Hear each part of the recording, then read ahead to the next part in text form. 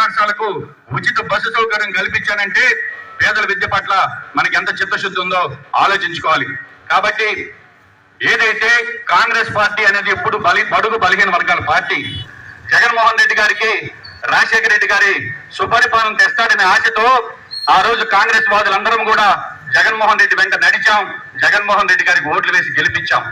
అయితే జగన్మోహన్ రెడ్డి గారు మనం వేసినటువంటి ఓట్లని తన అవినీతికి లైసెన్స్ గా మార్చుకొని ఈరోజు ఇసుక వ్యాపారం మొదలు పెట్టాడు.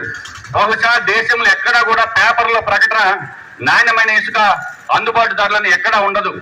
ఈ మాట ఎందుకు చెప్తున్నానంటే, ఒక పేదవాడు ట్రక్ ఇసుక తోలుకోవాలంటే భయం, పేదవాడు ఒక రైతు 4 ట్రక్కులు మట్టి తోలుకోవాలంటే భయం, సెబ్బోళ్ళు వచ్చి అరెస్ట్ చేస్తారని. కానీ వీళ్ళకి మాత్రం, అధికార పార్టీ వాళ్ళకి మాత్రం ఎవరు రాదు, వాళ్ళు ఎవరు అడ్డుకోరు. కాబట్టి ఈసారి జగన్మోహన్ రెడ్డికి ఓటేసి ఏం చేస్తాడు తెలుసా తల్లి? ఇసుక ట్రక్ 50,000 చేస్తాడు, క్వార్టర్ బాటిల్ 500 చేస్తాడు. కానీ ఈ ఎమ్మెల్యేలను పోయి పోరాడి మాట్లాడగలరా అంటే వీళ్ళకి అంత శక్తి ఉండదు. జగన్మోహన్ రెడ్డి దగ్గరికి వెళ్ళేటటువంటి శక్తి. వేలాదిగా రాజశేఖర రెడ్డి గారి బిడ్డను చూడడానికి వేలాది మంది వచ్చి ఆ సభను జయప్రదం చేశారు. అక్కడ ఒక మాట చెప్పా, రాజశేఖర రెడ్డి గారి వారసురాలు షర్మిలమ్మ అని. రోజు ఆరోగ్యశ్రీకి కూడా పేదవాడిని దూరం చేసినటువంటి ఘనుడు ఈ జగన్మోహన్ రెడ్డి. జెండా మహిళ కార్యకర్త కాదు, కష్టాల బాధల వల్ల.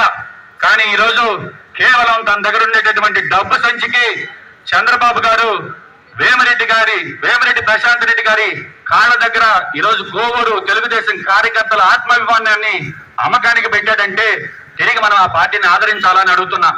ఎందుకంటే మీరు ఓట్లు వేయకపోయినా, ప్రశాంత్ రెడ్డి గారు ఓడిపోయినా కూడా పెద్దగా బాధపడరు. ఎందుకంటే వాళ్ళ ఆయన ప్రభాకర్ రెడ్డి గారు మళ్ళీ ఇంకొక 200 కోట్లు పెట్టైనా ఇంకొక కుర్చీ కొనిచ్చేటటువంటి శక్తి ఉంది వాళ్ళకి.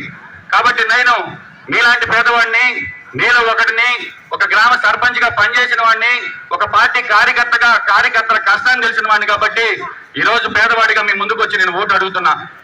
ఎందుకంటే వాళ్ళు డబ్బు సంచులతో వస్తారు, 2 పక్కల డబ్బులు ఇస్తారు. తీసుకోకపోతే ఒక సమస్య, తీసుకుంటే ఒక సమస్య. ఇద్దరి దగ్గర తీసుకుని ఒకరికి ఓటేస్తే ఇంకో సమస్య. పాపం అక్క చెల్లెమ్మలందరూ నలిగిపోతున్నారు. అందుకే వాళ్ళందరూ ఒక నిర్ణయం తీసుకున్నారు, మా ఓటు మేము అమ్ముకోలా, వాళ్ళు వచ్చారు మా దగ్గరికి, తీసుకున్నా కూడా మేమైతే వాళ్ళిద్దరికీ కాకుండా 3వ వ్యక్తి హస్తం గుర్తుకు ఓటు వేస్తామనేటటువంటి పరిస్థితి ఈరోజు కోవూరు నియోజకవర్గంలో ఉందంటే కాంగ్రెస్ పట్ల వాళ్ళకు ఉండేటటువంటి అభిమానాన్ని చూడాలి.